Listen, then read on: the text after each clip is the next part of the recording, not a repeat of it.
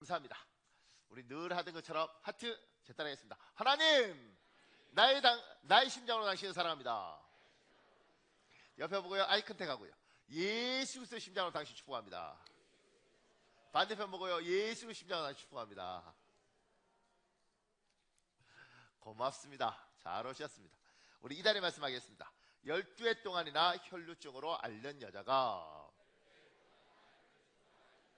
예수의 뒤로 와서 그 고독가를 만지니 이는 제 마음에 그 고독만 만져도 구원을 받겠다 함이라. 예수께서 돌이켜 그를 보시며 이르시되 따라 안심하라, 내 믿음이 너를 구원하였다. 마태복음 9장 20절에서 22절 말씀, 우리의 선포하겠습니다. 여호와 나의 하나님, 주님의 옷자락을 믿음으로 만집니다. 지금 나의 믿음을 보시옵소서. 나를 모든 역경에서 구원하여 주실 줄 믿습니다. 내 가족을 모든 어려움에서 구원하여 주실 줄 믿습니다. 내 나라와 내 민족을 모든 위기에서 구원하여 주실 줄 믿습니다. 성령님의 능력으로 선포하여 주옵소서. 내 믿음대로 될지어다.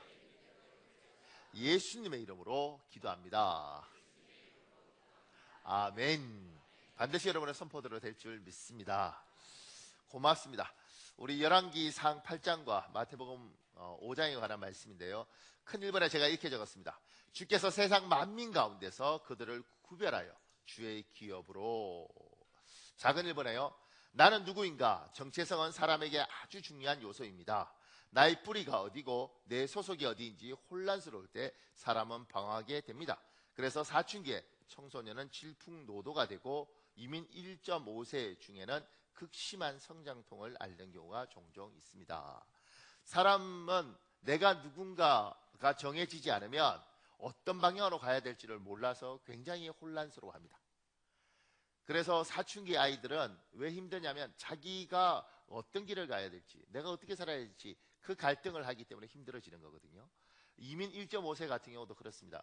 이제 구분을 할 때 1세는 한국에서 태어나서 뭐 미국 간 사람이면 2세는 미국에서 태어났단 말이에요. 그러면 이제 1.5세는 보통 어떻게 학문적으로 구분하냐면 초등학교 졸업하지 않고 간 아이들을 이제 1.5세라 그래요. 제 옆에서 그것 때문에 논문 쓰는 목사님이 한 분 계셨는데, 이 1.5세대를 어떻게 할 것인가. 근데 이제 제가 이렇게 보니까 1.5세만 있는 게 아니더라고요. 1세, 1.5세, 2세, 저 이런 줄 알았는데 거기서 이제 밑으로 가면 1.7세, 1.8세, 1.9세 이렇게 되더라고요. 유치원 때 간 아이들, 초등학교 1학년 간 아이들 이렇게 구분하더라고요. 그리고 이제 그 1세대도 여기서 1.5세에서 1.3세, 1.2세, 뭐 1.1세 이렇게 구분해서 이게 중학교 때 갔느냐, 고등학교 때 갔느냐, 초등학교 갔느냐, 유치원 때 갔느냐에 따라서 사고가 다 다르고 생각하는 방법이 틀리더라는 거예요. 그러면서 이제 1.5세들이 힘들어하는 건 뭐냐면 자기가 미국 사람인지 한국 사람인지. 그래서 그 사람들은 바나나 이야기하거든요. 바나나를 까보면 겉은 노란데 안을 까보면 하얗다. 그러면서 자기들은 겉보기는 한국인처럼 보이지만 속은 뭐 미국인이다, 뭐 이런 이야기들을 해요. 그러면서 이제 자기가 누구인지, 특히 어렸을 때 외국으로 입양 간 아이들 있지 않습니까? 우리나라 이제 옛날에 너무 가난할 때 그렇게 입양한 아이들을 반드시 부모를 찾고 조상을 찾아서 오는 경우가 있습니다. 근데 이제 그 아이들이 오는 이유가 뭐냐면 내 부모가 나를 왜 버렸을까? 이 이유도 있겠지만 내 부모가 누군지, 우리 집안이 어떤지 이걸 찾아서 오더라고요. 근데 이제 참 재밌는 건 이렇게 찾아서 오면 이제 이들이 성년이 돼서 그럼 이제 한국에 있던 부모는 미안하잖아요. 그래서 자꾸 만나서 잘해주고 싶어 하더라고요. 관계를 자꾸 맺으려고 그러고, 이 사람들은 와서 관계를 맺는 게 아니고 얼굴 보고 집안이 어떤지, 왜 버렸는지, 그리고 자기의 정체성에 대한 확인이 딱 끝나고 나면 그 다음부터는 별로 관계하지 않고 자기 인생을 살더라고요. 그러니까 이제 사람이란 존재는 내가 누구인가를 찾고 그것을 알아야지 어떻게 움직이는 게 정리가 되는 거예요. 그러면 이제 여러분의 정체는 뭐냐는 거예요. 여러분의 정체는. 제가 제 고참 중에, 현역 고참 중에 군대 오는 게 옛날 3년이었잖아요. 공부는 36개월이었는데 너무너무 군대가 싫은 사람이 있는데 그 군대에 끌려서 온 사람이 있었어요. 그 고참은요, 휴가 나갈 때마다 지나가는 젊은 남자를 보면 이렇게 생각했답니다. 쟤는 군대 갔다 왔을까? 안 갔다 왔겠지? 불쌍한 놈. 쟤는 군대 갔다 왔을까? 군대 갔다 왔겠지? 복 받은 놈. 이렇게 본다는 거예요. 그러니까 이제 저는 세상에 그렇게 보는 사람도 있다는 걸 처음 알았습니다. 이제 청년들은 또 이럴 수 있죠. 쟤는 결혼했을까?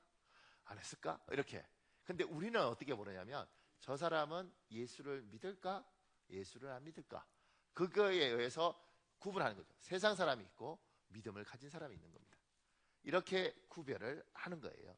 그러면 여러분은 누구냐면 예수님을 믿는 사람인 거죠. 이게 여러분의 정체성입니다. 여러분의 정체성.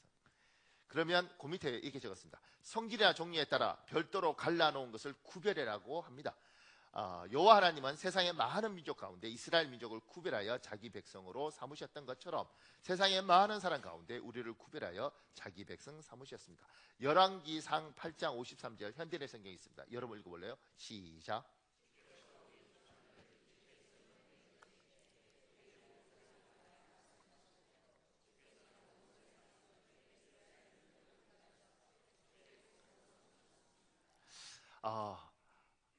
여기서 이제 굉장히 중요한 부분이 등장합니다. 이제 지금 이제 어떤 경우에는 이제 신앙이 열심히 믿는 분들 중에 좀 헷갈리는 분들이 있어요. 그 분들이 뭐냐면, 우리는 하나님의 절대 주권을 믿고 이 세상 모든 건 하나님의 거라고 믿으니까, 그러면 이제 그런 개념으로 이렇게 세상을 보다 보니까, 그러면 일본이 우리나라를 식민지 지배한 것도 하나님의 뜻이고 뭐 하나님의 계획이겠네, 이렇게 가요. 조금 이상하잖아요, 그죠? 그리고 저 나쁜 사람들도 다 하나님의 거지, 뭐 이렇게 봐요. 그러니까 이렇게 보셔야 됩니다. 산도, 들도, 바다도, 강도 다 하나님의 것이죠. 이 세상의 모든 거 하나님의 것입니다. 그런데 이 땅에 태어난 사람들은, 하나님을 모르고 태어난 사람들은 하나님의 것이 원래 아니에요. 조금 이따 제가 다른 설명도 할 텐데, 그들은 하나님의 것이 아니고 사탄의 것입니다. 하나님은 그 사탄의 것들을 중에서 골라서 자기 소유로 삼고 자기 백성으로 삼았어요. 이 개념은 굉장히 중요합니다. 이 세상은 산도, 들도, 강도 다 하나님의 거지만 이 땅에 태어난 사람들, 하나님을 모르고 태어난 이 땅의 사람들은 하나님의 것이 아니고 사탄의 것이었습니다. 그 중에 하나님이 아브라함을 불렀죠. 내 백성 하자. 그 이스라엘 불렀습니다. 내 민족 하자. 그리고 여러분을 불렀습니다. 얘야, 내가 너의 아버지 되고 네가 내 자녀하자. 그래서 이 세상 사람이 있고 이 세상 사람에 불러서 끄집어내서 부른 사람이 있습니다. 그게 우리입니다. 하나님이 내 소유로 삼겠다, 내 백성으로 삼겠다. 그래서 이들보다 우리는 항상 소수였습니다. 항상 작았습니다. 그들을 하나님 불러서 너는 내 거다. 그리고 이 세상에 두 종류가 있는 거죠. 세상 사람과 하나님을 섬기는 사람이 있는 겁니다. 요거 굉장히 중요한 겁니다. 요 부분에 대해서 익히 알고 있어도 이걸 딱 붙잡고 설교를 계속 들으셔야 됩니다. 그 밑에요. 정체성이 분명해지면 거기에 맞는 행동은 자연스럽게 따라옵니다. 군인이면 군인처럼, 학생이면 학생처럼 행동하는 것이 당연합니다. 내가 하나님의 백성, 하나님의 소유라는 인식이 명확해지면 그 인식에 맞는 행동은 자연스럽게 따라옵니다. 세상 속에 세상 사람들과 같이 살지만 세상 사람과 우리는 다르게 살아야 합니다. 뭐 여기 대부분 이제 군대 끝나버리겠지만 전쟁이 일어나면 모든 사람은 도망가지만 군인들은 군복을 입고 전방으로 가야 됩니다. 모든 사람이 도망갈 때 군인도 도망가면 심정적으로는 이해하지만 나쁜 놈입니다. 왜냐하면 그 친구들한테 우리가 군복 입혀놓고 너희는 힘들어도 조국을 지키고 우리를 지켜달라고 이야기한 거죠. 그래서 이게 입혀놓은 자기의 정체에 따라서 행동이, 군인이면 전쟁이 나면 총 들고 앞으로 가는 것이고 민간인은 갈 수도 있겠지만 우리는 도망가는 게 맞는 거죠. 그래서 멀리 펴는 정체가 뭐냐에 따라서 행동이 따라오는 겁니다. 그래서 공무원들이 죄를 지으면 벌이 더 심해지는 건 이 사람들은 공무원이기 때문에 공적인 일들을 하는 사람이라서 더 많은 걸 요구를 하는 거죠. 여러분과 제가 차이가 있는 것은 여러분하고 저하고 이제 정체성이 같은 하나님을 믿지만 저는 목사고 여러분은 성도니까 여러분은 몰래 어디 가서 술 한 잔 홀짝홀짝 해도 봐주잖아요. 특히 누가 뭐라 하면 안수집사 되면 꺼낼게, 안수집사 되면 이렇게 넘어가잖아요. 그죠? 지금 내가 한 말이 웃자고 한 말인 건지 진지하게 한 건지 나도 헷갈려요. 근데 저는 장난이라도 먹으면 난리 나는 거잖아요. 창덕교회 담임 목사님이 막걸리 집에서 한 잔을 하셨다네. 뭐 이러면 난리 나는 거잖아요. 그죠? 목사님은 뭐 술 못 먹나? 이렇게 한 사람 누가 있냐고. 목사님 술을 드셨대? 그게 무슨 축일제라고. 그죠? 참고로 우리는 허연 거 먹어도 그 허연 거 먹는 게 이렇게 그 뭐죠? 막걸리 이런 거 먹는 거 아니고요. 그 음료수 중에 있잖아요. 예, 그거 먹는 거예요, 우리는. 그러니까 우리는 제가 어렸을 때 전도사일 때 하얀 거 먹는 거 보면서 부럽더라고요. 그래서 그러면 이제 전도사들끼리 모여서 그 음료수 사서 먹으면서 짠나 그렇게 먹어요. 대리 만족? 뭐 이런 거. 그러니까 이제 정체성에 따라서 그 사람에 대한 기준이 달라지는 거죠. 철이 없으면 이상한 행동합니다. 그 뭐죠? 제가 들으니까 이제 전도사님이 결혼했는데 이 사모님이 이제 그냥 이 남자가 좋아서 결혼한 거지 자기가 나는 사모야, 나는 앞으로 목사 부인이 될까 이런 개념이 없었는가 봐요. 그래서 친구들하고 이제 즐거운 시간을 가지고 그 카카오톡 이런 데 있지 않습니까? 이렇게 뭐 자기 밴드인가 뭐 이런 데다가 사진을 올렸어요. 사랑하는 친구들과 와인 한 잔 짠 이러고. 그전 사람 쫓겨났어. 그러니까 이게 개념이 다른 거죠. 왜냐하면 목회자들은 큰일 나는 거예요. 갑자기 눈빛들 중에 누가 목사님 술 마시면 안 되는 건가요? 이렇게. 우리나라 법이 그렇습니다. 교회법이 목사는 술 마시면 큰일 납니다. 아니 무슨 처음 듣는 것처럼. 옛날에요 우리 교회에 예수 믿겠다 온 어떤 식당 하는 집사가 있었어요. 집사라고 그러는데 하여튼 집사인지 모르겠어요. 하여튼 식당 하는 집사가 있어서 지금 이사 갔어요. 근데 이제 그 식당에 우리가 신방을 갔는데 맛있게 차려주고 목사님 술은 이러더라고. 내가 집사님이잖아요. 그래서 이게 저 집사인데요? 그러더라고요. 그 뭐 딴 교회에서 집사라고 그러니까 그런 줄 알았죠. 근데 제가 우리는 목사는 술 안 먹잖아요. 그러니까 예? 이러더라고요. 아니 무슨 집사가 이러나. 그러면서 이분이 놀라운 말을 한마디 하죠. 목사님 이해해요. 그러면 뭐 다른 걸로 뭐 이렇게 와인은 이렇게. 맑은 영혼들이 많습니다.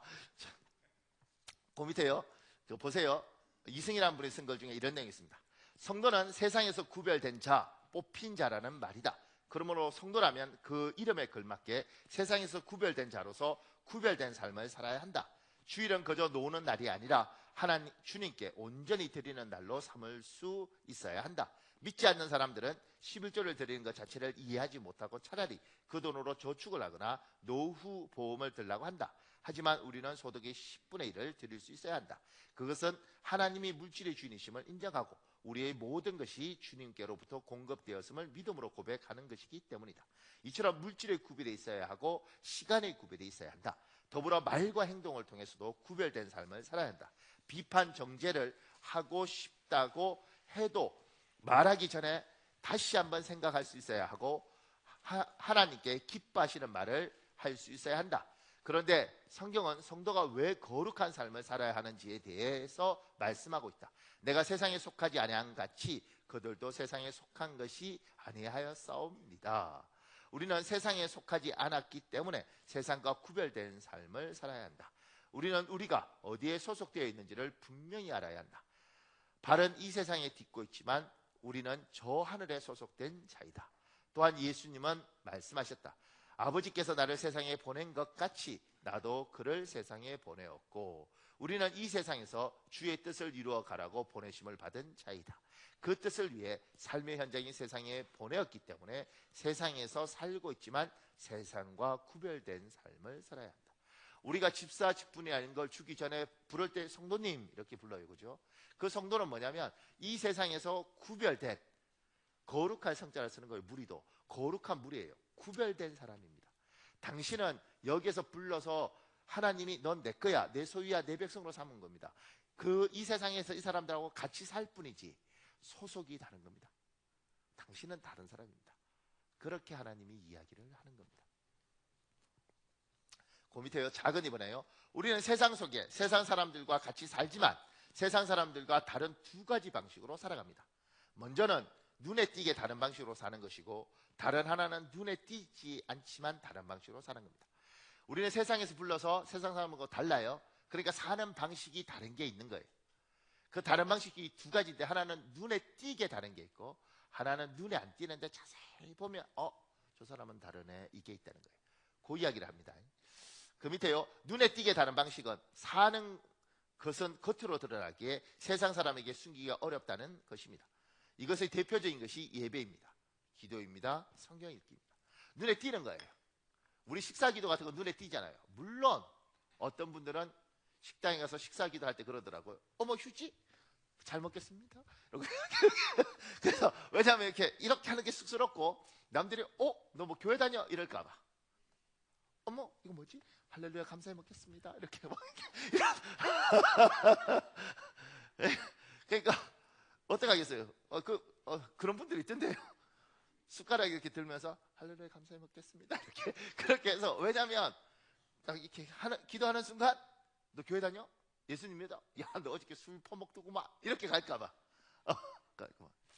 제가 어렸을 때는 이제 예수 믿는 사람도 별로 없었지만 시골에서는 이제 자전거 타고 이제 교회 가는 거예요. 자전거, 차가 별로 없으니까 자전거 타고 이렇게 교회를 가는데, 자전거 타고 뒤에 갈 때 성경책이 옛날에 두껍잖아요, 그죠? 그리고 옛날에는 이 겉을 또 뻘겋게 칠해놔서 근데 그걸 자전거 뒤에, 왜냐면 앞으로 이렇게 가야 되니까 자전거 뒤에 이렇게 묶어서 가죠.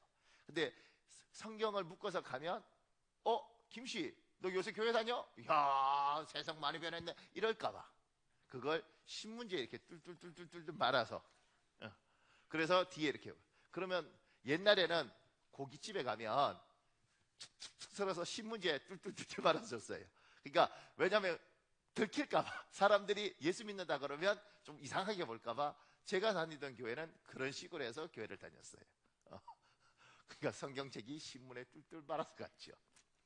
그러니까 그런데 이게 들키는 거예요. 왜 들키냐면 성경 들고 교회 가야 되니까, 밥 먹을 때 기도해야 되니까, 주일날 되면 일요일 아침이면 자꾸 없어. 어디가 요새? 야, 너 일요일 아침마다 자꾸 없어지더라. 그런데 이제 그 시간이 비교해야 되니까 들키게 되는 거죠. 눈에 띄게 다른 게 있더라는 거예요. 그러니까 이게 없으면 그것도 이상한 겁니다. 누가 안수집사 했어? 언제부터? 10년 전에? 야, 안수집사들은 술 안 먹지 않냐? 너 어저께 내하고 밤새 먹었잖아. 그리고 집에 가서 그런 거지, 부인한테. 걔가 안수집사였다네, 10년 전에? 정말요? 어머어머머, 그 희한한 교회 다니는가 봐. 이렇게 될 수 있는 거지. 미안합니다. 나 웃자고 한 이야기는 점점 심각해지고 이때 내가 안수집사하고 눈을 마주치면 안 되는 거예요, 이렇게. 그런데 그 밑에요. 그 중에서 한 가지만 제가 오늘 여기에서 이야기하려고 해요. 구별된 삶 중에. 세상 사람들은 예배하지 않습니다. 그러나 우리는 하나님께 주일마다 예배합니다. 할 수만 있다면 매일 예배하려고 힘씁니다. 심지어 삶의 순간순간 예배하는 자세로 살려고 노력합니다. 이 박철범이라는 사람은 재밌습니다. 서울대 공대를 들어갔다가 졸업하고 그 다음에 다시 대학을 들어가서 그 고려대 법대를 들어갔나요? 그래서 변호사가 된 사람이에요. 좀 특이한 사람이에요. 근데 이제 그 사람이 쓴 글에 이런 내용이 있습니다. 보세요. 나는 간혹 학생들로부터 이런 질문을 받곤 한다. 일요일에 예배에 빠지지 않으면 하나님께서 축복해 주셔서 공부를 잘하게 되나요? 이런 질문을 받을 때면 나는 가슴이 철렁 내려앉는다.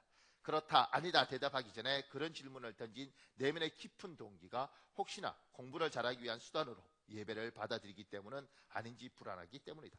예배를 드리면 성적이 나아질 거라 기대하는 것은 단지 예배를 성적 향상의 수단으로 여기는 것인데, 이는 위험한 가치관이다. 예배는 실력을 쌓기 위한 수단이 아니다. 예배는 크리스천의 목적이다. 공부를 잘하기 위해서 예배에 빠지지 않는 것이 아니라 그것 자체로 우리의 목적이기 때문에 빠짐없이 예배 드리는 것이다. 나도 예전에는 예배를 많이 빠졌었다. 특히 시험을 앞두고는 더 그랬다. 예배당에 꼭 가야 예배냐? 공부를 잘하는 것이 바로 산예배다 라는 식의 이상한 자기 합리를 하면서 교회 대신 도서관에 가서 공부를 하곤 했었다. 특히 고3 때는 인생의 중요한 시험이 코앞에 닥치니 그동안의 믿음이 온데간데 없어졌다. 교회를 등한시했다. 수능만 끝나면 매일 교회에서 살리라 다짐하며 죄책감을 지우곤 했다. 지금 생각하면 나는 사탄에게 속았던 것 같다. 사탄은 내 귓가에 교회에 빠지면 공부할 시간이 더 생기잖아, 내가 지금보다 더 잘하게 해줄게 라고 속삭였다. 남들 다 공부하는 일요일에 더 시간을 투자하지 않고서 어떻게 공부를 잘하겠니? 라고도 했고, 하나님은 나중에 시간 많을 때 생기면 된다 라고도 꼬드겼다. 나는 배고픔에 자식을 파는 부모처럼 믿음을 팔아먹었다. 그리고 그의 수능시험, 사탄이 약속했던 대박 선물은 도착하지 않았다. 나는 수능을 망쳤고 대학에도 떨어졌다. 억울한 나머지 따지기 위해 사탄을 찾았지만 그는 끝내 나타나지 않았다. 6개월 만에 1등을 차지했던 고2 시절의 나는 예배에 빠진 적이 단 한 번도 없었다. 매주일은 온전히 드렸고 하나님께서는 남들보다 뒤처진 시간들에 대한 보상으로 평일 동안 더욱 집중해서 공부할 수 있도록 도와주셨다. 세상은 내가 하는 일을 최우선으로 삼아라고 말하지만 하나님께서는 예배를 최우선으로 삼으라고 말씀하신다. 그리고 그것은 절대 손해보는 짓이 아니라는 것을 경험하게 하셨다. 왜 나는 경험으로 배웠던 것을 고3 때 그리 쉽게 잊어버렸을까? 재수를 열심히 하고 나서부터는 그에 절대로 예배에 빠지지 않겠다고 다짐했다. 그리고 그 결심을 지켰다. 덕분에 일요일마다 남들보다 뒤처졌지만 그 뒤처진 시간들을 하나님께서는 열정과 집중으로 받고 몇 배로 보상해 주셨고 서울대 합격까지 도움으로 얹어 주셨다. 예배는 공부의 수단이 될 수 없다. 그렇다고 공부가 예배의 수단인 것도 아니다. 나는 그것을 뼈아픈 경험으로 깨달았다. 하나님께서 우리를 부르신 목적은 예배를 위해서다. 물론 예배란 일요일에 교회에서 드리는 것만이 아닌 삶 전체를 드려야 한다고 한다. 그러나 단 하루 예배도 나오지 않는 사람이 어떻게 자신의 삶을 예배로 드리며 하나님의 영광을 나타낼 수 있을까? 남들보다 뒤처진다고 느낄 수는 있다. 그러나 성경을 보든 경험으로 체득하든 한 가지 사실은 분명하다. 그것은 하나님을 경배하기 위해 자신의 것을 내어드린 사람을 하나님께서는 절대로 내버려 두신 적이 없다는 사실이다. 나는 이 사실을 직접 겪어서 깨달았기에 확신을 가지고 말할 수 있다. 예배는 우리의 목적이고 하나님은 예배 받으시는 분입니다. 그러니까 아무리 힘들어도 예배해야 되는 거죠. 지금 이사 갔는데 우리 교회에서 예수님을 믿었어요. 근데 이 자매가 얼마나 순수한지 근데 이제 남편 안 믿고, 그리고 그 주일날 결혼식인지 친척 뭐지 지방을 가야 되는 거예요. 그런데 이제 그럼 빨리 가야 되는데 하나님 앞에 예배는 드려야겠고, 그래서 새벽에 나온 거죠. 근데 우리 교회는 주일은 새벽 기도를 안 한단 말이에요. 그러니까 이 자매가 교회 문이 닫힌 저 앞에서 십자가를 보면서 이랬다는 거죠. 하나님 미안해요, 예배 못 드려서. 하나님 이 예배, 내가 지금 여기서 기도하는데 이거 예배로 받아주시면 안 돼요? 이러면서. 근데 제가 그 이야기 들으면서 울컥하더라고요. 예수 믿은 지 얼마 안 되는 이 순전한 마음. 하나님 앞에 그래도 예배해야지. 내가 하나님 섬기는 사람인데 주일 예배해야 되는데 남편하고 친척 결혼식에 가야 되고 안 가면 난리 나니까. 근데 그 마음은 이게 이렇게 귀한 마음이 있어요. 그러니까 예배는 너무너무 귀하고 소중한 거예요. 그런데 이게 또 재밌는 게 있지 않습니까?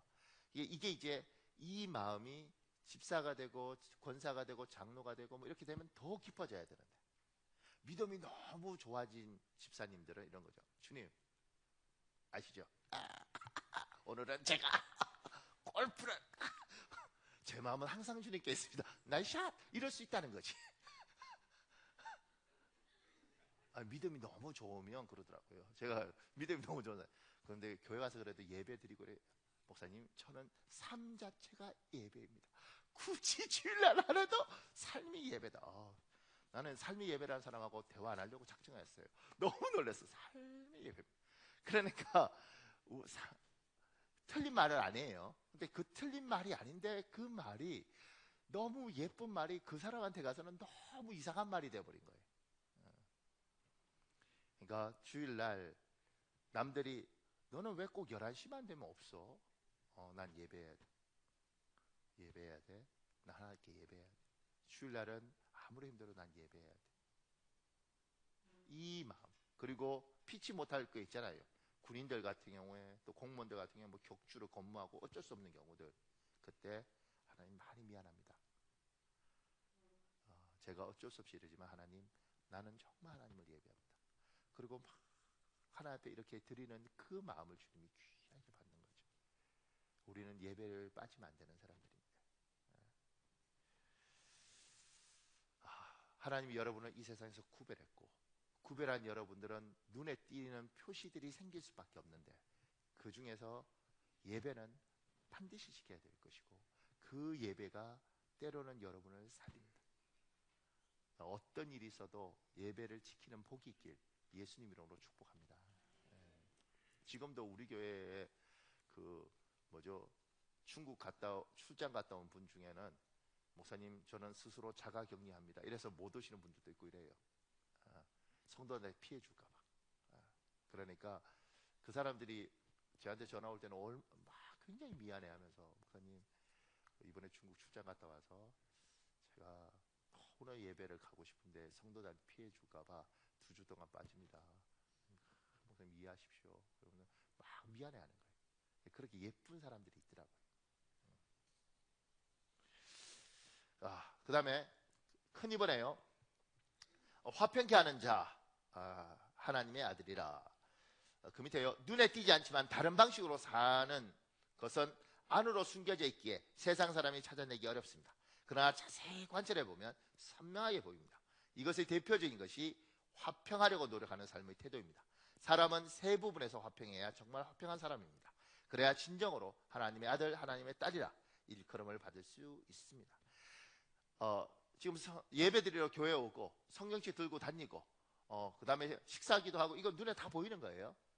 근데 눈에 안 보이고 행동으로 드러나는데 자세히 보면 저 사람 좀 다른데? 저 사람은 좀 달라. 그게 뭐냐면 화평하게 하는 거예요. 결국 그 사람은 화평하게 하려고 노력하고 그가 가는 곳마다 화평이 있는 거죠. 그때 아는 거죠. 저 사람만 오면 참 화평하네. 평안해져. 저 뭐지? 정말 하나님의 사람인가 봐. 하나님의 사람들은 가는 곳마다 평강하고 화평하대. 이런 이야기를 하는 거죠. 제가 3가지 부분에서 화평해야 된다고 이야기했습니다. 첫 번째가 하나님과 화평해야 됩니다. 그 밑에요. 성경은 사람이 태어날 때부터 하나님과 원수되어서 출생한다고 말합니다. 그래서 사람은 하나님한테서 오는 것보다 사탄한테서 오는 것을 태생적으로 좋아합니다.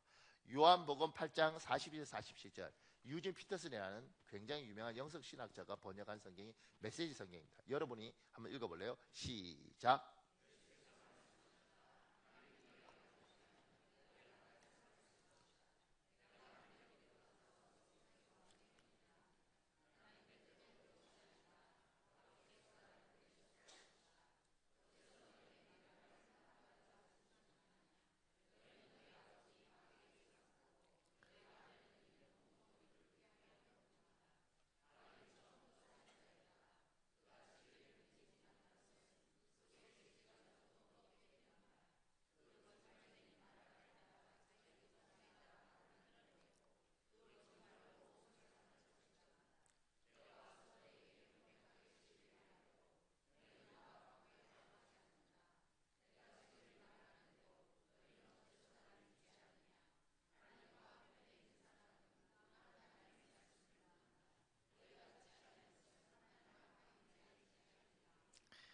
요한복음 이야기합니다. 너희는 마귀에게서 났고 하나님을 모르고 태어났고 너희는 그들의 소유다. 이렇게 이야기를 하는 거예요.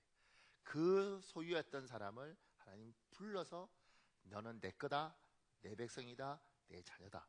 하나님께 선택해서 부르신 거죠. 그 밑에요. 하나님과 사람 사이에 끊어지고 원수된 관계를 예수님이 다리 되셔서 다시 화평한 관계로 만드셨습니다. 이것이 십자가의 힘입니다. 로마서 5장 1절에 있습니다. 여러분 읽으십시오. 시작.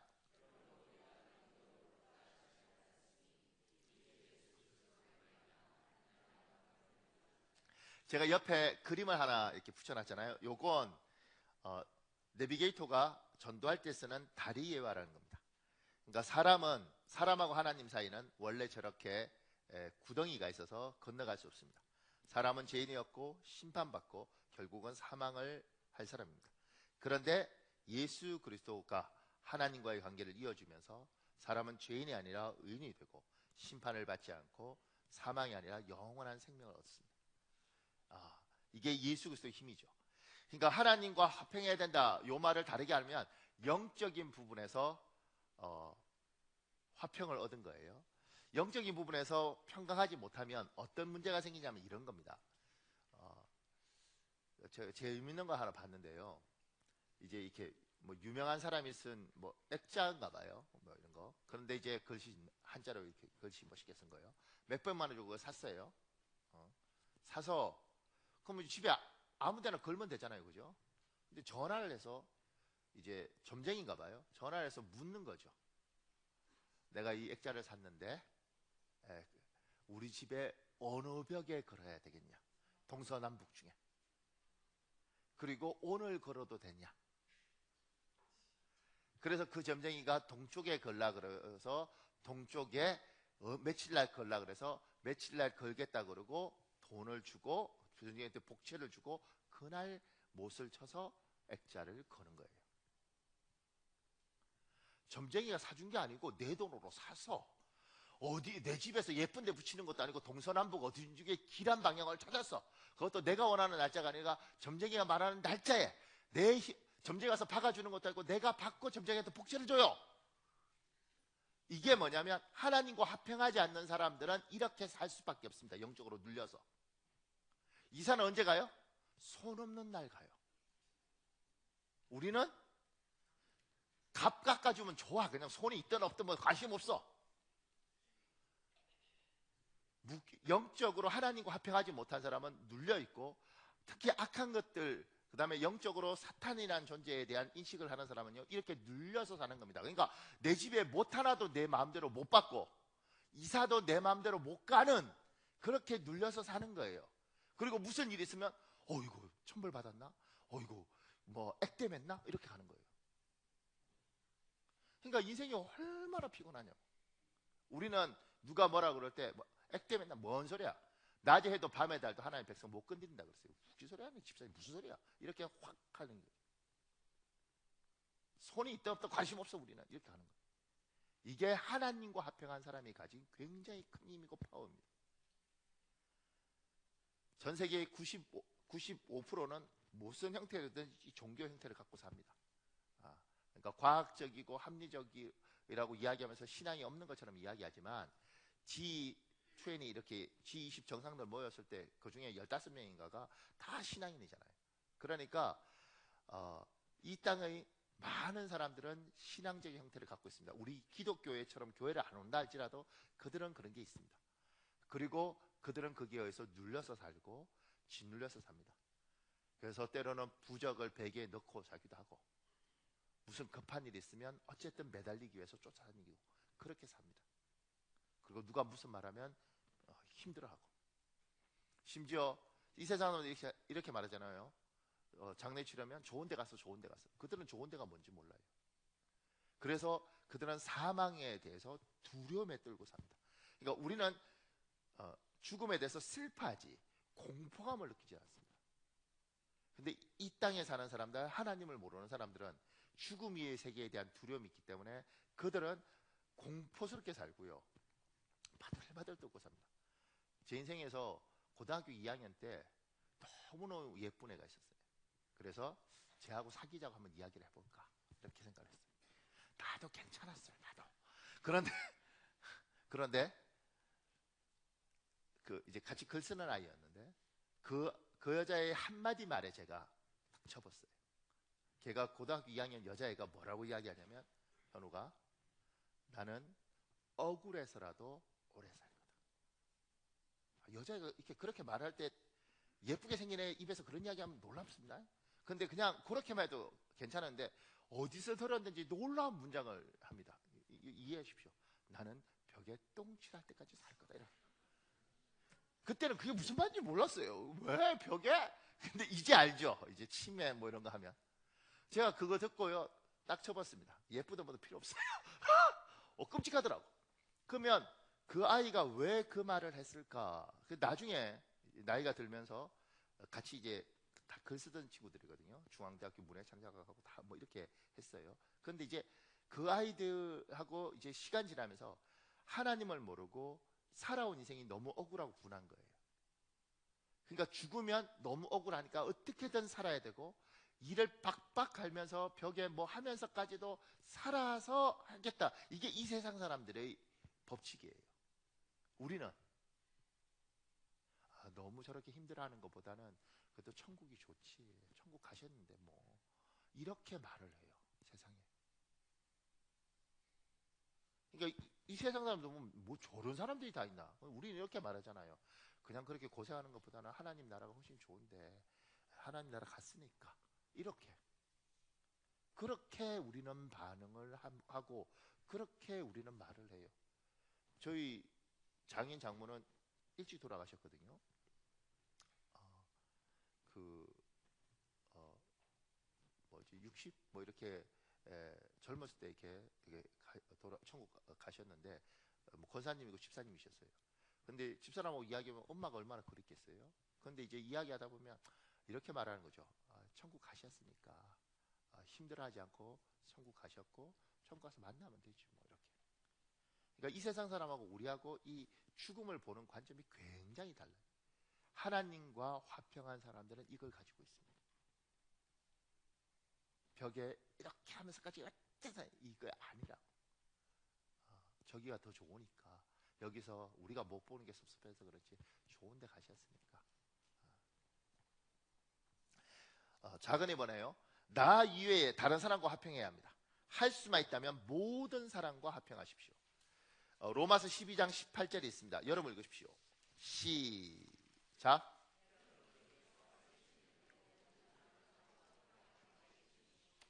여기에요. 모든 사람과 더불어 화평하십시오. 이 부분의 앞에 걸 들어야 되는 겁니다. 가능하다면, 제가 영어로 밑에 붙여놓은 게 if it is possible, 가능하다면, 만약 가능하다면 결국 모든 사람과 화평할 수가 없어요. 그런데 가능하다면 네가 할 수 있는 만큼은 어떻게든 노력을 해라. 그 이야기를 하는 겁니다. 그러면서 그 밑에요. 사람이 굳이 설명하지 않아도 그 사람이 어떤 사람인지 드러나게 되어 있습니다. 그것은 말투, 걸음걸이 행동으로 그 사람 안에 있는 것이 밖으로 나타나기 때문입니다. 이것을 성경적으로 표현하면 그 열매로 그 나무를 안다입니다. 마태복음 5장 9절에 화평케 하는 자, 영어로 피스메이커, 그 사람들이 하나님의 아들, 하나님의 딸, 하나님의 자녀인 거예요. 반대로 화평을 깨는 자, 그는 사탄의 자식, 사탄의 아들, 사탄의 딸, 사탄의 자식인 거예요. 그래서 그 밑에 제가 이렇게 적었습니다. 이런 표현을 들어보신 적이 있습니까? 우리 집안에 참 시끄러운 집안이었는데 그 아이가 시집 오고 나서 정말 화목한 집안이 되었어요. 우리 몸이 걸핏하면 말다툼이 잦고 만날 때마다 분쟁이 심했는데 그 사람들이 참여하고 나서 정말 분위기가 좋아졌어요. 이런 말 들어보셨어요? 아니면 거꾸로 야, 재오고 난 이후에 우리 이제 모임 그만하자. 정말 힘들다. 이런 말 들어보셨어요? 이 세상은요, 여러분 이 전제 잘 들어야 됩니다. 이 세상은 항상 말썽꾸러기가 있습니다. 문제거리가 있습니다. 집안에 가족이 4명이면 그 가족 중에 하나가 이 문제거리 역할들을 합니다. 심지어 이 4명이 어떻게든 잘 지내면 가족을 조금만 확대해 보면 사촌들 중에 조카들 중에 이 문제거리가 있어서 명절 때마다 힘들게 하는 이 문제거리가 반드시 있습니다. 이게 가족에게 있고 때로는 좀 더 친지들에게 있고 요걸 넘어서 심지어 내가 있는 회사든 내가 모임이 있는 동창회든 그 모임 안에도 반드시 문제거리가 있습니다. 심지어 교회 안에서도 이 문제거리가 있습니다. 이 문제거리가 있는 것에 대해서 왜 문제가 있어? 이렇게 가면 안 되는 거예요. 원래 사람들이 사는 세상에는 문제거리를 주께서 인정하시고 허락하셨습니다. 그래서 교회도 어떤 교회든지 문제가 있습니다. 어떤 집인지 큰 문제인지 작은 문제인지 차이지만 문제가 있습니다. 교회도 문제인 사람들이 많은지 적은지 차이가 있지 문제가 있습니다. 그럼 하나님이 이렇게 말하지 않아요. 저 문제를 제거해라 이렇게 말하지 않아요. 어떤 목사님, 굉장히 훌륭한 목사님인데 그 목사님 교회에 아주 골치 아픈 사람이 있었답니다. 그러니까 그 교회에 이제 안수집사님이지 뭐 한 분이 목사님한테 와서 그랬다는 거죠. 목사님, 저기 문제가 있는데 저한테 마이크를 주십시오. 그러면 제가 마이크 잡고 교회를 더 좋은 방향으로 제가 하기 위해서 제가 확 정리하겠습니다. 마이크 잡고 야단치면서 목사님 하시면 안 되니까 제가 하겠습니다. 근데 이 목사님이 이렇게 말했답니다. 더 좋은 방향으로 그냥 가지 맙시다. 이게 굉장히 재밌는 이야기인데 저 혼자 듣고 밤새 웃었는데, 이게 속는 게 뭐냐면 문제거리를 지적하잖아요. 그때부터는 싸움이 시작됩니다. 왜냐하면 그 사람은 자기가 문제인 줄 알면서 그렇게 할 정도면 굉장히 나쁜 사람이에요. 대부분은 자기가 문제인 줄 몰라요. 그래서 그렇게 사는 거예요. 지적하면 화나고 분노하고 더 성질내죠. 여러분 애 키우면서 알지 않습니까? 가족 4명에서 얘가 문제 끄는데 얘한테 지적을 하는 순간 얘는 상처받았다 그러고 왜 나한테만 그러냐 그러고 쟤도 있는데 이렇게 덤비기 시작하면서 사이가 틀어지는 겁니다. 그러니까 대부분의 사람은, 대부분의 문제와 골칫덩이인 사람은 자기가 골칫덩이인지를 몰라요. 그래서 골칫덩이 짓을 합니다. 가르쳐주면 더 문제가 커집니다. 목사님 어떻게 해요? 그래서 화평케 하는 자가 필요한 겁니다. 화평케 하는 자가 이 문제거리를 보면서 이 사람은 반드시 이런 문제를 일으킬 텐데 그러면 우리가 이걸 요렇게 해줘야지 문제가 적해지겠지. 요 사람이 있으면 요런 이야기는 요때 하면 난리가 나니까 요걸 피해줘야겠지. 그래서 화평케 하는 자들이, 교회 안에 지혜로운 사람들이, 집안에 지혜로운 사람들이 그걸 문제를 일으키지 않도록 일을 이루어가는 거예요. 그러면서 뭐요? 좋은 집안이 좋은 집안으로 자리 잡고 힘든 교회가 더 좋은 교회로 가는 거예요. 그래서 복된 사람들이 교회에 오고 그 사람들이 화평을 위해서 애를 쓰는 거예요. 그런데 화평은 관심 없고 정의를 외친 사람이 있습니다. 저 사람이 죽든 교회가 쑥두밭이 되든 우리 집안이 이번 명절에 그냥 가슴이 다 뒤집어지든 상관없습니다. 나는 맞는 말을 했어. 그냥 해버리는 거예요. 사실은 그 사람이 문제거리인 거지. 이 사람 이렇게 하면 반드시 바라락하지. 잠깐만 요때 요렇게 하면 난리 날 텐데 어떻게 해줘야 되나? 요 사람이 화평케 하는 사람. 그 사람들이 있을 때마다 모임을 하고 그 사람들이 어느 곳에 투입되어지면 그 사람 덕분에 거기가 화평케 되는 거예요. 그 사람들이 아는 거죠. 야, 저 사람이 가면 저 시끄러운 데가 참 괜찮아져. 그게 처음에 성경 끼고 다니는 거 아니고 예배 드리는 거 아니고 몰라요. 근데 가만히 보니까 보여. 우리 삼촌이 올 때 그때 회의를 해. 그때. 왜냐하면 삼촌이 오면 이게 정리가 돼. 우리 이번 모이면 그 사람이 있을 때 해야 돼. 그래야지 이게 괜찮아져. 이렇게 가는 거죠. 근데 반대에도 있잖아요. 이번에 삼촌 온대. 이번 모임 하지 말자.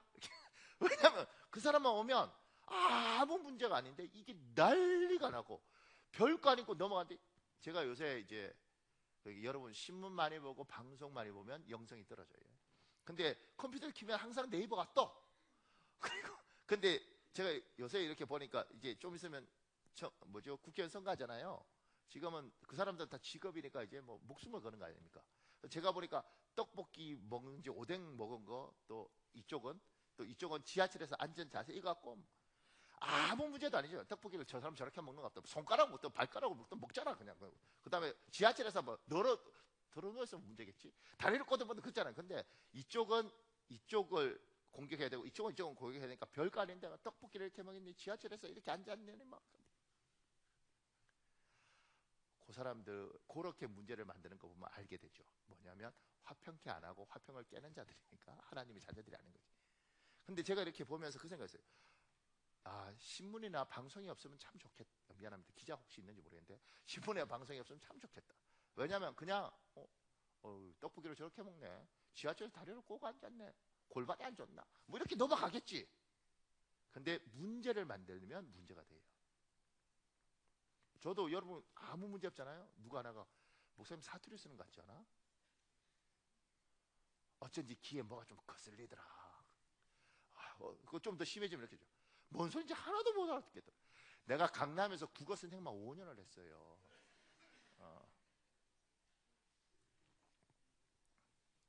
걔들 중에 아무도 그런 사람 없어. 다 알아듣더라고. 그리고 내가 경상도에서 20살 때 19살까지 있었지. 그리고 경상도 떠나서 20살부터 지금까지는 어쨌든 5년 외국 생활 빼놓고 난 다 서울 근처에 살았어요. 교정이 안 돼. 교정이 안 돼. 더 웃긴 건 우리 교회 장로님이나 이런 분 중에 또 경상도 사람들이 있어서 내가 표준말 쓸 때마다 김현철 장로님 이런 분들이 또 이시동 집사 경상도에 이 사람들이 나를 이렇게 망가뜨리는 거예요. 회개하십시오. 나 표준말 잘 쓰고 있는데 저분들하고 회의하고 나면 우자고 한 말인데 갑자기 또 보세요. 문제거리는요. 문제거리를 만들기 시작하면 그때부터 시끄러워지는 겁니다. 그러니 이 땅에는 하나님이 그걸 두시면서 이야기하는 거죠. 얘야, 쟤들은 저렇게 살 거다. 그들은 자기가 문제인지도 모른다. 그런데 너는 내가 화평케 하는 자로 요구하지 않냐? 너는 어떻게 할 거냐? 너는 어떻게 할 거냐? 고린도 후서 5장 18절에 있습니다. 여러분 읽으십시오. 시작.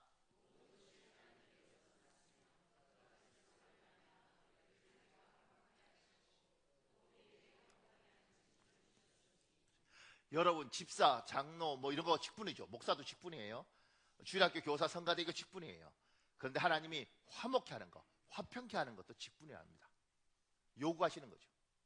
얘야, 집사도 직분이고 목사도 직분이고 권사도 직분인데 화목케 하는 것도 직분이다.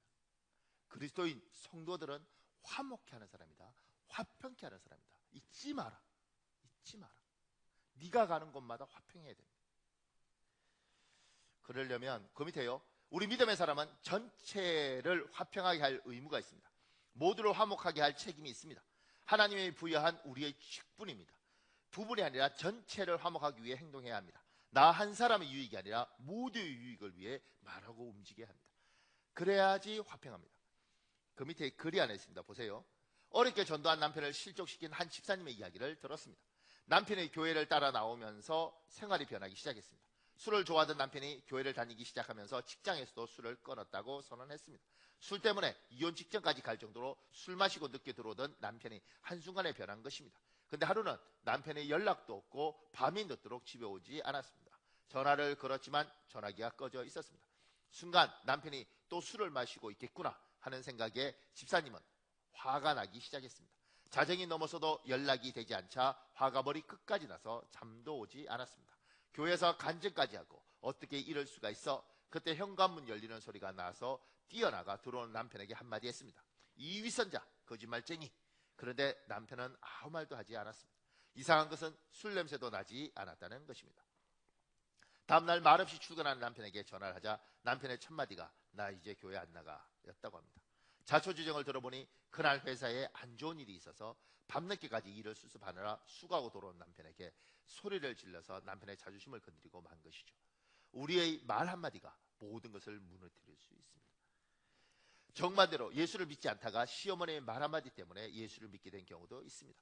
이분이 지금의 남편과 결혼하기 위해 막상 남편 부모님의 허락을 받으려고 하다 보니 사실 이 결혼이 불가능할 거라는 생각이 들었다고 합니다. 왜냐하면 남편 될 사람은 잘생기고 유능한 공무원에다가 심지어 나이도 어린 연하남인데 자신은 결혼에 실패한 두 아이의 엄마였기 때문입니다. 그러니 어느 부모가 이 결혼을 쉽게 승낙하겠습니까? 남편의 어머니가 기도 많이 하시는 신실한 권사님이셨지만 아무리 예수를 잘 믿는 분이라도 허락하시기 어려울 거라는 생각이 든 것입니다. 아내나 다를까 어머니의 반대가 심하다는 소식이 들려왔습니다. 아들이 그런 결혼을 하겠다고 하니 그 권사님도 새벽 기도에 나가 하나님 이 결혼을 막아주세요. 다른 조건은 다 포기하겠습니다. 그러나 적어도 믿음의 배필은 주셔야 하지 않겠습니까? 라고 부르짖어 기도했다고 합니다. 그런데 어느 날 주님이 이런 마음을 주시더랍니다. 세 명의 영혼을 살리는 일인데 내 마음을 십자가에 못 박을 수 없느냐?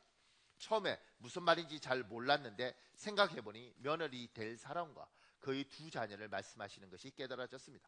하지만 못 들은 척했다고 합니다. 그런데 계속 세 명의 영혼을 살리는 일인데 하는 음성이 들리는 것입니다. 결국 작정하고 기도원에 올라가 금식 기도를 했습니다. 도저히 용납할 수 없으니 하나님이 뜻을 바꿔달라고 사생결단하는 심정으로 간 것입니다. 처음에는 기도가 안 되었습니다. 그러나 마지막 날 하나님이 말씀해 주셨습니다. 나는 너를 구원하기 위해 독생자까지 십자가에 내주었다. 세 명의 영혼을 위해 내 마음을 내게 다오. 그 말씀 앞에 결국 그렇게 하겠다고 고백하고 펑펑 울며 기도원을 내려오셨다고 합니다. 그리고 아들에게 먼저 만나자고 연락한 뒤 첫 만남에 잘 왔다고 너를 처음 보는 순간 내 며느리다 싶더라고 끌어안아 주었다고 합니다. 결국 시어머니 덕분에 예수를 믿고 열심히 교회에 나오게 되었다는 것입니다. 화평케 하는 사람은 나 중심적으로 생각하면 안 됩니다. 전체를 위해서 결국 나를 내려놓아야 되는 거죠. 얼마나 힘들고 얼마나 어렵겠어요. 근데 나 하나가, 나의 자존심이, 나의 생각이 죽으면 전체가 사는 겁니다. 제가 어저께 주례를 썼는데요. 어제 주례 쓰면서 주례에 대한 여러 가지 이야기를 듣다가 어떤 목사님이 하는 주례사를 제가 들었어요. 근데 그게 그 목사님이 이렇게 이야기하더라고요. 내가 주례를 하기 위해서 여기 왔는데 알고 보면 KTX를 타고 왔다는 거예요. 그런데 만약 KTX를 타고 온 게 아니고 내가 만약 배를 타고 왔다면 그 배를 타고 온 그 바닷물을 자세히 보면 바닷물이 아니고 내 안에 눈물이었다 이렇게 이야기하더라고요. 이런 걸 딱 들으면 그래 목사님 맞아요. 내가 내 남편을 이래야 되는데 왜 저런 이야기를 하시나. 그러니까 이건 이제 뭐 페미니즘, 남녀 차별 이런 게 아니고 제가 보면 그래도 하나님이 엄마를 주면서 이 땅에 아내, 엄마 그 자리가 너무너무 중요해서 엄마, 아내 되는 사람이 눈물을 흘리면서 자리를 지키고 그리고 남편과 아이들을 위해서 울면 어쨌든 집안은 방향을 찾아 힘들어도 가더라고요. 근데 엄마가 손을 놓으면 집안은 거의 붕괴됩니다. 아버지가 손을 놓아도 집안은 버틸 수 있는데 엄마가 놓으면 그래서 제가 너무 미안한 건 우리 교회 집사님들이나 권사님들한테 늘 아내가 희생하라고 요구를 하는 것이 법칙이 그렇더라고요.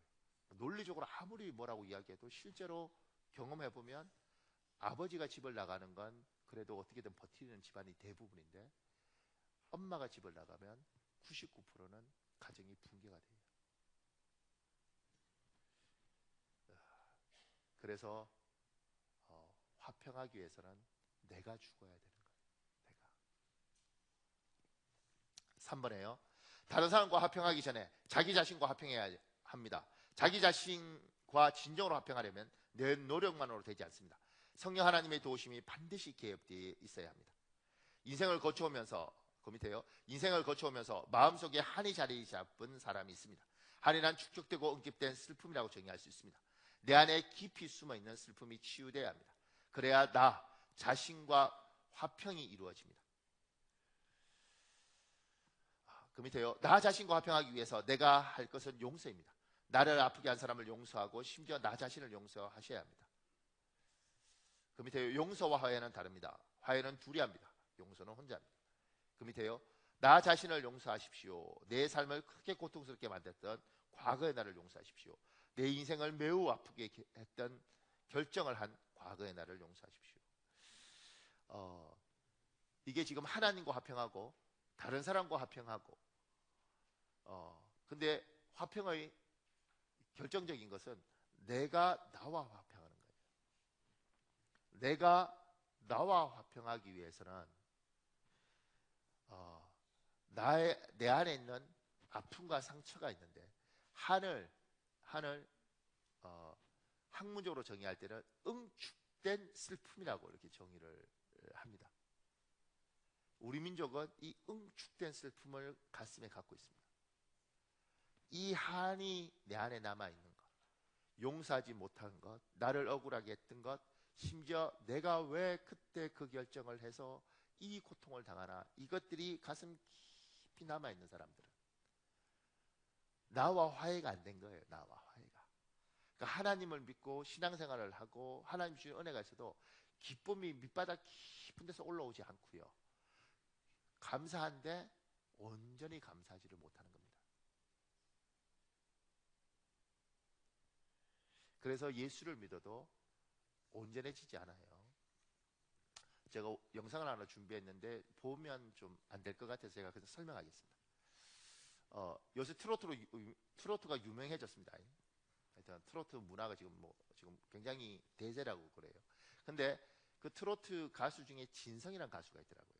근데 그 사람이 보릿고개라는 노래를 만들었는데 그 가사가 아이야 우지 마라 배 꺼질라 이렇게 돼 있더라고요. 그 가사가 너무 가슴이 아프더라고요. 애가 울지 마, 울면 배 꺼지니까. 얼마나 배고프면 그랬을까. 근데 이게 자기 이야기라는 거예요. 그래서 제가 이제 이 진성이라는 사람에 대한 자료를 쭉 모으고 정리를 했어요. 그런데 이 사람이 기독교인이 아닙니다. 기독교인이 아닌데 이 사람이 이런 이야기를 하더라고요. 자기가 3살 때 엄마가 먼저 집을 나가고, 그리고 아버지가 집을 나갔다는 거예요. 그리고 친척 집에 얹혀서 계속 더부살이를 한 거예요. 얼마나 비참했겠어요. 그러다가 12살이 되었을 때 외삼촌이 오더래요. 묻더래요. 엄마하고 같이 살고 싶으냐. 당연히 애가 엄마하고 같이 살아야 되지 않겠냐고. 그러니까 얘를 데리고 엄마를 만나게 했어요. 그래서 서울에 있는 구파바라는 곳에서 엄마하고 사는데 아버지도 다시 살게 됐답니다. 그래서 세 식구가 같이 사는데 이렇게 표현하더라고요. 차라리 만나지 말 걸 다시. 아버지는 맨날 엄마를 때리고 엄마는 너무 힘들어하고 집안에 하루도 조용할 날이 없더라는 거예요. 그런데 어느 날 외삼촌이 와서 동생이 늘 두들겨 맞고 이러니까 이 엄마를 데리고 집을 나가더라는 거예요. 근데 한번 부모한테 버림받아봤고 얼마나 그 배고프고 서러운지 아니까 엄마를 놓치면 안 되겠다고 해서 딱 따라갔다는 거예요. 근데 외삼촌이 엄마 손을 잡고 버스를 타는데 버스 타는 데가 쫓아갔는데 외삼촌이 발로 차버리더래요. 그래서 바닥에 굴렀대요. 그리고 버스 타고 떠나는 엄마를 보면서 그랬대요. 너희는 내 부모가 아니다. 너희는 내 원수다. 이렇게 가슴에 한을 품었다는 거예요. 그렇게 한을 품고 이 사람이 인생을 사는 거예요. 근데 이제 지금은 이제 나름대로 성공을 한 거예요. 가수로서 이 노래비도 생기고.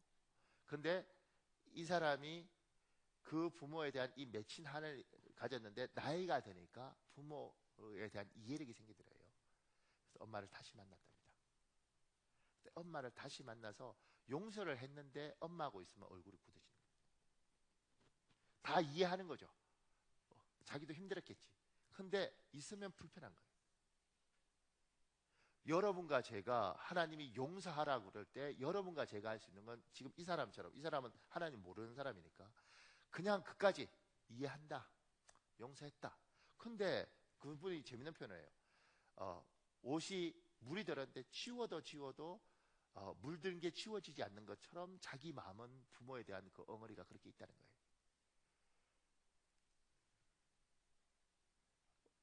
우리가 용서했지만, 심지어 내 자신에 대해서도 용서하고 나를 너무 아프게 했던 사람도 용서했지만 이게 안 지워지는 거예요. 사람이 할 수 있는 건 용서했어요. 잊었어요. 다 옛날 이야기죠. 뭐 그래요. 그런데도 불구하고 그 앞에 가면 얼굴이 굳어지고 나도 모르게 심장이 뛰고 불안해요. 용서가 안 된 거죠. 내 힘으로는 할 수 없는 거예요. 그때 이렇게 이야기해요. 그 밑에요. 나를 아프게 한 모든 것을 용서하겠다는 나의 의지, 결심을 하나님 아버지가 받으셔야 합니다. 그리고 지금 이 자리에서 성령 하나님께서 그 슬픔을, 아픔을, 상처를 가져가시고 치유하셔야 됩니다. 그래서 갈라디아서 5장 성령의 열매 중에 화평이 있는 겁니다. 성령께서 와서 그 화평이 나와의 화평도 만들어 주셔야 되는 겁니다. 내 안에 있던 엉어리, 내가 내 자신에서 끊임없이 저주했던 것들, 그리고 내 안에 너무 깊이 있는 응축된 슬픔들, 그것들을 하나님이 가져가 주셔야 되는 겁니다. 제가 밑에 얘기해줬습니다. 성령 하나님이 이곳에 임재하시길 기대하십시오. 성령께서 우리의 기도를 도우실 것입니다. 우리의 결단을 도우실 것입니다. 지금 이 순간 하나님 우리를 도와주시고 성령도 우리의 연약함을 도우시는, 지난주 말고 이번 주도 제가 설교 준비하면서 하나님이 끊임없이 저에게 설교를 준비하면서, 얘야 너가 용서를 해야지 너 안에서 평강이 있다. 네가 용서하지 못하면 평강이 없다. 여러분과 제가 할 수 있는 건 머릿속으로 할 수 있는 것까지밖에 못합니다. 지금 그 진성이라는 사람이 자기 엄마를, 3살 때 자기를 버렸던 그 엄마를 용서했다고 말하는 그까지가 한계예요, 인간은. 오늘 기도할 때 성령께서 여러분을 도우십니다. 우리는 살아있는 하나님 믿지 않습니까? 하나님, 나를 배신한 그를, 정말 친구였고 동지였는데 그렇게 나를 20년 동안, 표현이 너무 거친데, 그렇게 나를 있는 대로 다 이용해 먹고 결국 그런 나를 버렸습니다. 하나님, 너무 억울합니다. 내가 젊은 나이에 그를 만나서 내가 여자로서 내가 줄 수 있는 모든 걸 다 줬는데 결국 그가 나를 배신했습니다. 용서한다고 계속 했지만 나는 한계가 있습니다. 하나님이 해주십시오. 하나님 이걸 좀 가져가 주십시오. 이 시간 우리 주여 한번 간절히 부르시고 우리 한 6, 7분 정도 기도하겠습니다. 주여, 아버지,